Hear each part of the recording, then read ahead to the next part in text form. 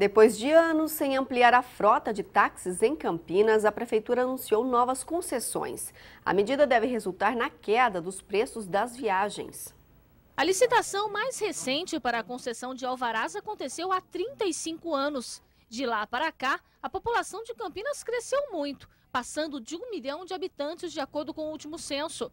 Mas o número de táxis disponíveis no município ficou estagnada por anos. A última licitação, iniciada em 2010, passou por vários problemas. Foi suspensa em julho de 2011 e retomada no último mês de janeiro.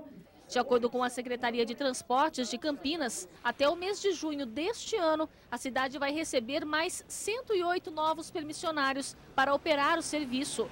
Atualmente, Campinas tem 784 veículos em circulação e este número vai passar para 892.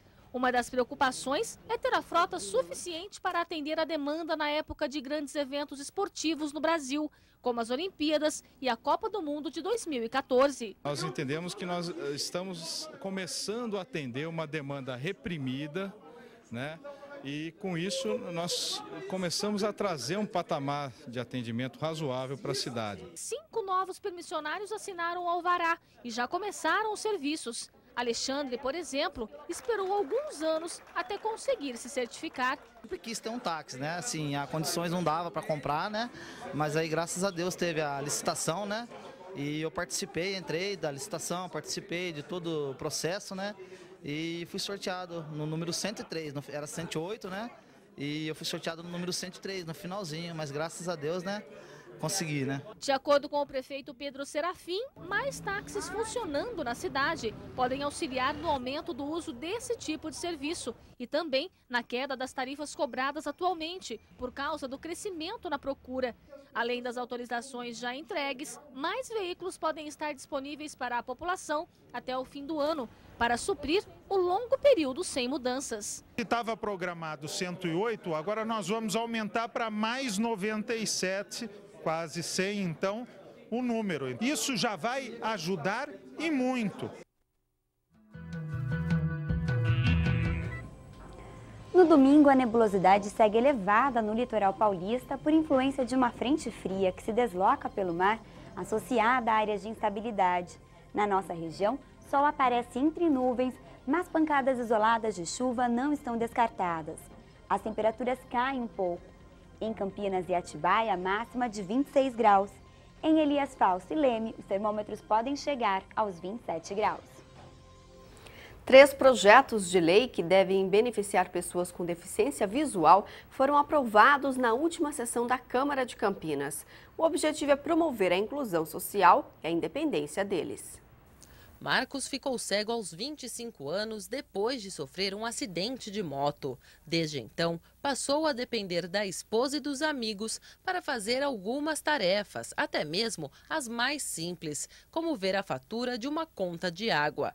E foi pensando nos cerca de 190 mil deficientes visuais de Campinas que os vereadores da cidade aprovaram em segunda discussão 3 projetos. Um que dará acessibilidade nos sites da administração pública. Outro para possibilitar que as contas de água cheguem em braille para as pessoas que se cadastrarem.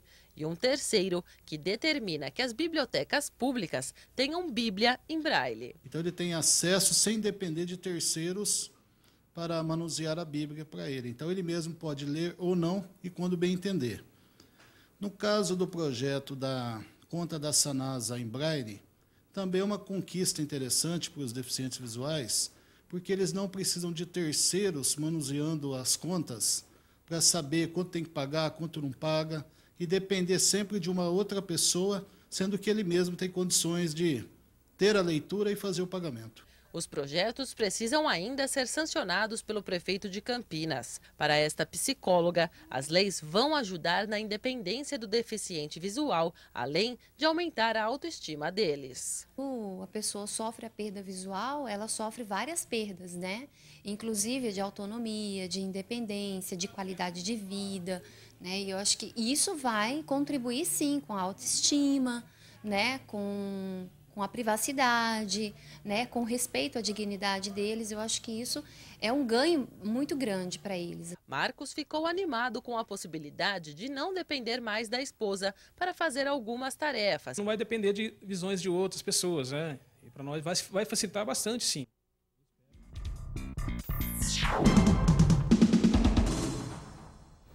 Você vem acompanhando ao longo da semana aqui no Band Cidade uma série de dicas sobre imposto de renda. Hoje, o contador José Homero Adabo fala sobre como declarar as despesas médicas. Este ano, as despesas médicas, como despesa dedutível para fins do imposto de renda, merecem cuidados especiais. Então, por exemplo, o primeiro cuidado, o contribuinte só pode deduzir como despesas médicas se ele efetivamente pagou as suas despesas. Há casos em que o pai, por exemplo, faz a declaração em separado, tem os filhos e ele paga todo o plano de saúde. Neste caso, a esposa que faz declaração em separado não tem o direito a deduzir. O marido, então, deve declarar o total pago e deduzir apenas de si próprio ou dos seus dependentes. Uma forma de resolver isso para o próximo ano é articular com o plano de saúde para fazer a separação e pagamentos individuais para cada um dos dependentes. No Band Cidade de segunda-feira, você vai saber o que pode e o que não pode ser declarado dos gastos com educação. Confira agora as notícias que foram destaque durante a semana aqui no Band Cidade. Tomou posse no último domingo o novo arcebispo metropolitano de Campinas, Dom Ayrton José dos Santos. Milhares de fiéis acompanharam a cerimônia realizada na paróquia Nossa Senhora Auxiliadora. Entre os convidados estavam bispos, padres e políticos da região. Campinas é uma arquidiocese muito grande, né? Temos várias outras cidades aí que estão sob o jugo da arquidiocese. Então eu espero que realmente ele tenha muita força, muita fé para estar fazendo o melhor para a nossa comunidade, para a nossa arquidiocese. A Polícia Civil de Vinhedo indiciou 11 pessoas pela morte da adolescente Gabriela Nishimura. Ela caiu de um brinquedo conhecido como elevador no dia 24 de fevereiro no Parque Hopi Hari. Em uma sessão polêmica e tumultuada, o advogado Arley Mapelli foi ouvido pelos integrantes da comissão processante criada na Câmara de Vereadores de Engenheiro Coelho. A CP investiga a prefeita Rosimeire Maria Guidotti, depois da denúncia de um vereador de que a chefe do executivo estaria comprando votos para ter as contas do município aprovadas. Um empresário de Campinas que estava foragido foi preso pela polícia militar quando saía de um condomínio de luxo na cidade. Ele é suspeito de envolvimento com o tráfico de drogas no litoral norte de São Paulo, além de sonegação fiscal e falsificação de documentos. Um vereador de Montemor entrou com uma representação na Justiça pedindo que a Prefeitura ofereça uma alternativa de atendimento à população depois que a maternidade do município foi interditada por causa de denúncias do Ministério Público. Uma mulher de 74 anos morreu depois de esperar por quase 40 horas por uma vaga em um hospital público de Campinas. O caso expõe a situação da saúde pública do município. 2 pessoas foram presas nesta tarde em Sumaré por tráfico de drogas.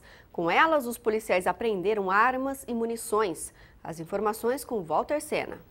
A apreensão foi feita numa casa abandonada da Vila Vale, na periferia de Sumaré. A equipe da Polícia Militar encontrou esses 2 homens, Diemilson Correia de Oliveira, de 19 anos, e Wesley Carvalho Dias, de 21. Os 2, pelas primeiras informações, ainda não tinham passagens pela polícia. Os policiais encontraram, nesta residência, drogas, armas e munição. Estão aqui, né, os materiais apreendidos, são 5 balas calibre 38, um revólver do mesmo calibre, 302 pedras de crack, 94 porções de cocaína, 110 porções de maconha preparadas já para venda e 4 tijolos da mesma droga maconha embalados, além de R$ 2.777 em dinheiro e uma lanterna que era utilizada pelos bandidos para separar e dividir o entorpecente. E agora, quais serão as próximas providências? Eles vão ser autuados em flagrante? Sim, nós vamos apresentar a autoridade policial, que provavelmente vai ratificar nossa voz de prisão por tráfico de drogas, posse de armas de fogo. Muito obrigado pela entrevista, Cabo. Walter Sena, de Sumaré. Depois do intervalo, tem as notícias do futebol e ainda uma exposição de orquídeas que reúne espécies raras.